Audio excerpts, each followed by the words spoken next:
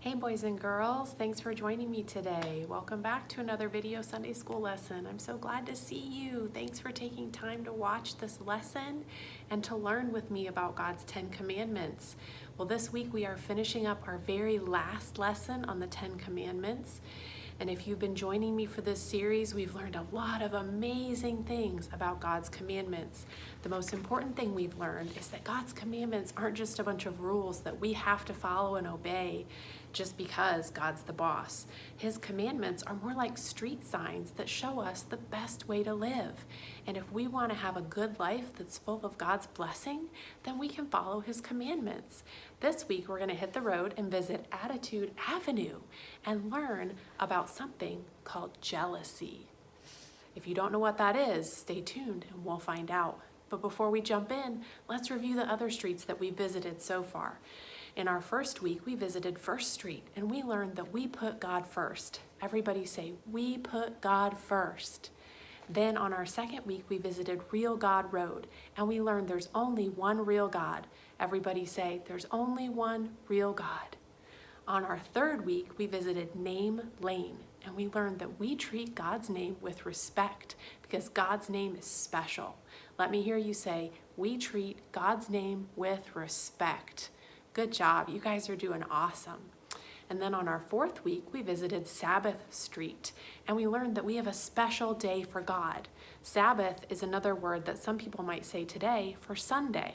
It's a day when we rest and we honor God. We set aside time to be with Him. So you can say with me, we have a special day for God. Then on our fifth week, we visited Parent Parkway and we learned that we need to show honor to our parents. Basically, that means that we do things that help our parents feel glad and feel loved, like listening to them and obeying them. So let me hear you say that. We honor our parents. Good job, guys. In the next week, we visited No Pain Lane and we learned that we don't hurt others. Let me hear you say, we don't hurt others. Then we visited Giving Boulevard and we learned that we should give generously and we do not steal. Let me hear you say, we do not steal. Good job. Then we visited Truth Turnpike and we learned that we don't tell lies. Let me hear you say, we don't tell lies.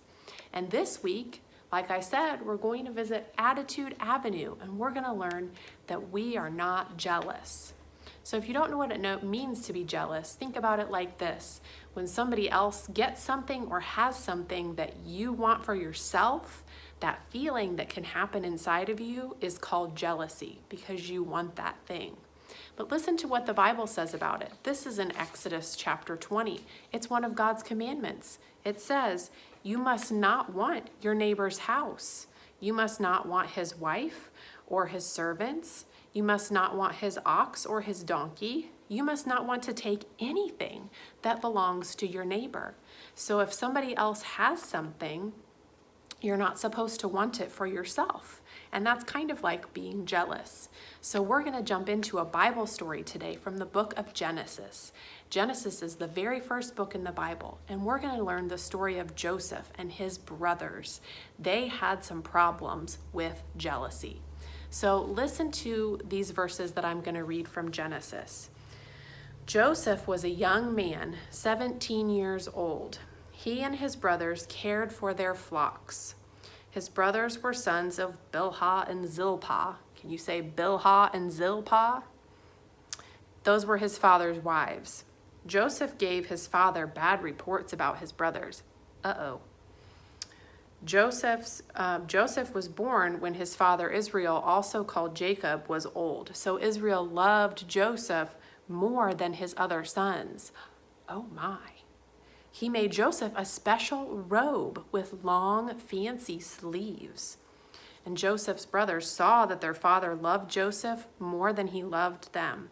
So they hated their brother and they could not speak kindly to him. Joseph's brothers wanted something that Joseph had. Now, maybe you don't have a brother, but there's still other people in your life who you might be jealous of, where they have something that you wish you had. That's the situation here. And that's what God's commandment today is teaching us about. And when we feel jealous, it's not a good feeling. It's a yucky feeling, isn't it, boys and girls? It makes us feel grouchy and angry and sometimes sad and just wanting. And that is not a good way to feel. And that's why God's commandments tell us that we shouldn't be jealous, because it's not the best way to live. But listen to this. The story gets even crazier, you guys. Are you ready? Joseph had some crazy dreams, and these dreams did not help his brothers feel less jealous. Listen to this. Joseph told his brothers about his dream. Listen to the dream I had. We were in the field tying together bundles of wheat. My bundle stood up, and your bundles of wheat gathered around my bundle of wheat, and your bundles bowed down to my bundle.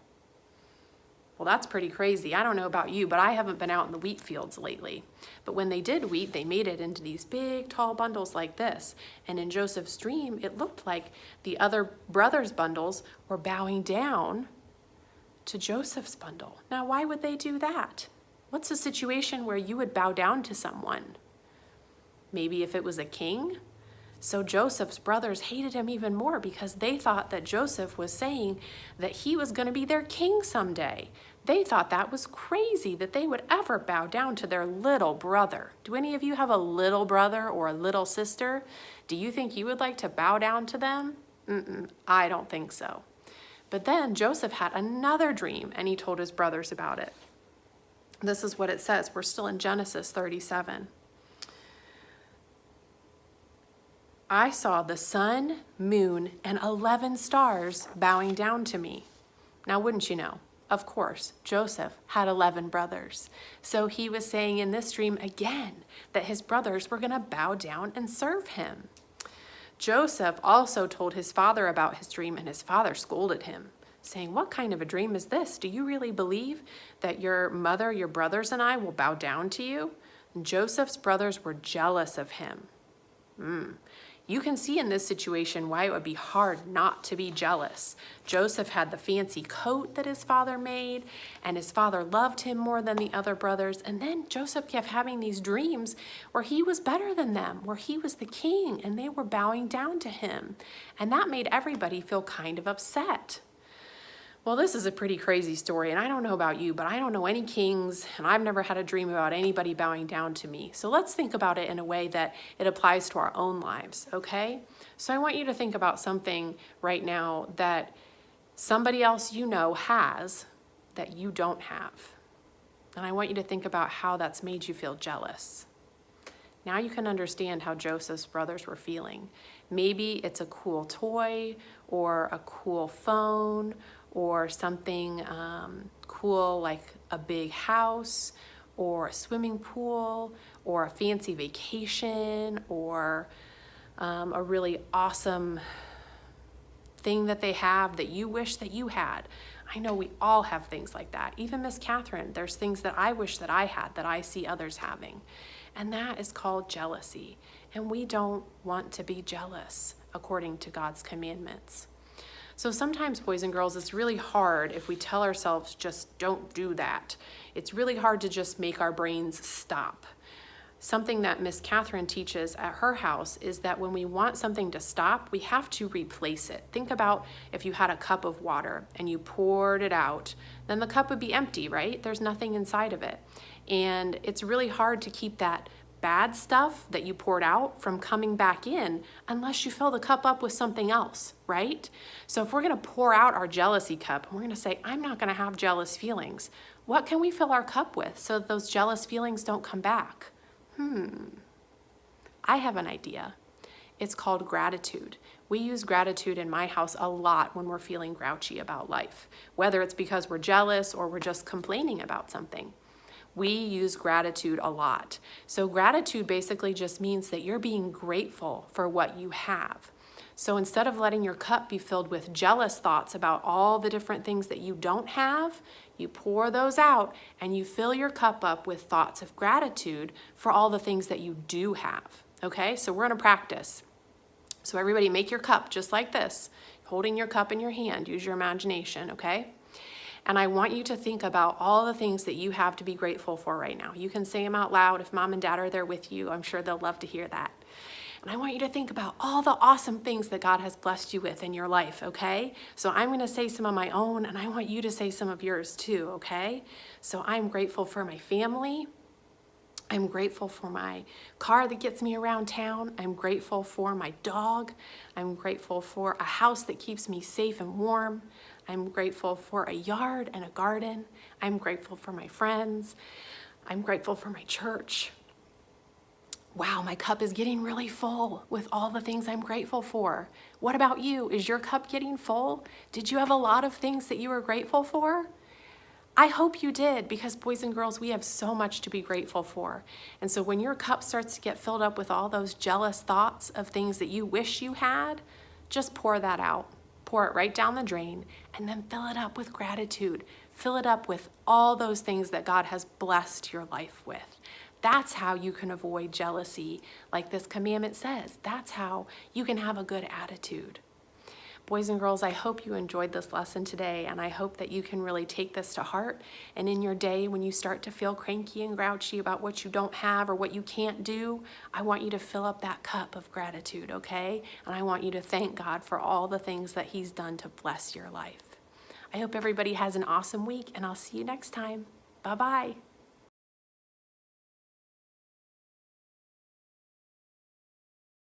Today, we're meeting Gift. He is 10 years old. He's in the 3rd grade. Gift lives with his grandparents and cousins in a small village called Sinyananyani in a southern region of Zambia. Gift stays with his grandparents because his parents couldn't take care of him. His day starts very early. He and his cousin Euphemia start by washing dishes. Then Gift releases the goats so they can graze in the fields near the village.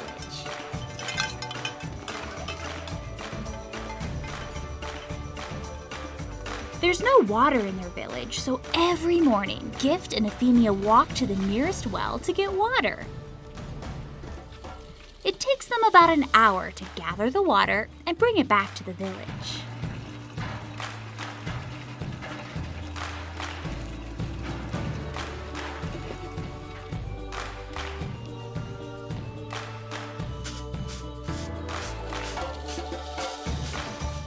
Then it's time to wash up for school.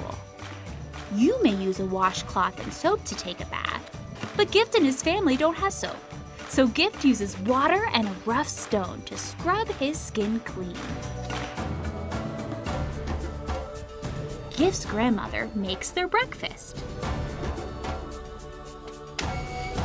Gift and Euphemia get dressed for school and eat breakfast. Their grandmother has prepared nshima and vegetables. Nshima is ground corn that's cooked until it's thick, kind of like mashed potatoes. They use their hands and scoop up some nshima and vegetables together. The dogs stay close by in hopes of grabbing a bite. They go inside their house and gather their supplies for school. Gift's house is very small. 5 people live in this small hut.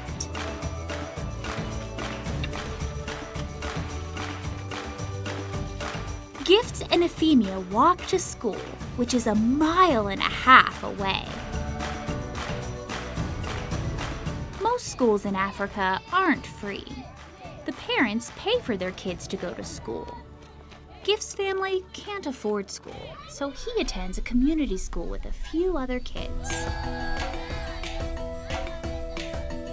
They have no desks and only a few supplies. The floor is dirt. Their lessons come from a radio broadcast.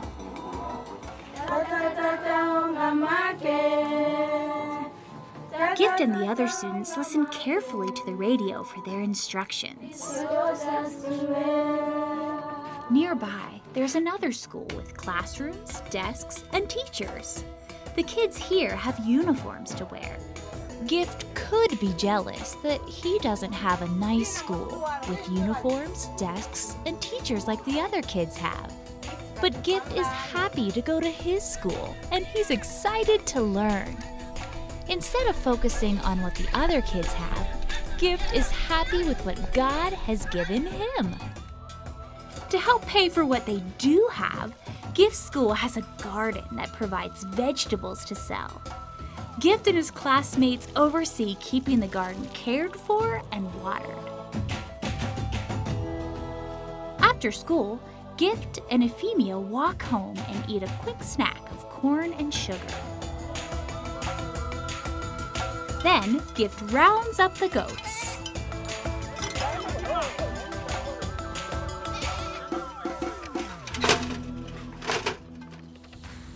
The family walks to a nearby lake where they have their own vegetable garden.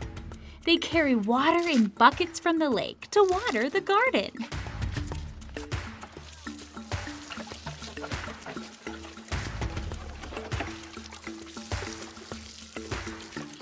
Gift sits with his grandmother in the cool shade of the garden. You might say that life has been unfair for Gift. He doesn't have his parents around. He doesn't have the things that other kids have. But Gift knows that he is loved and that God cares for him. That's why Gift isn't jealous of the other kids.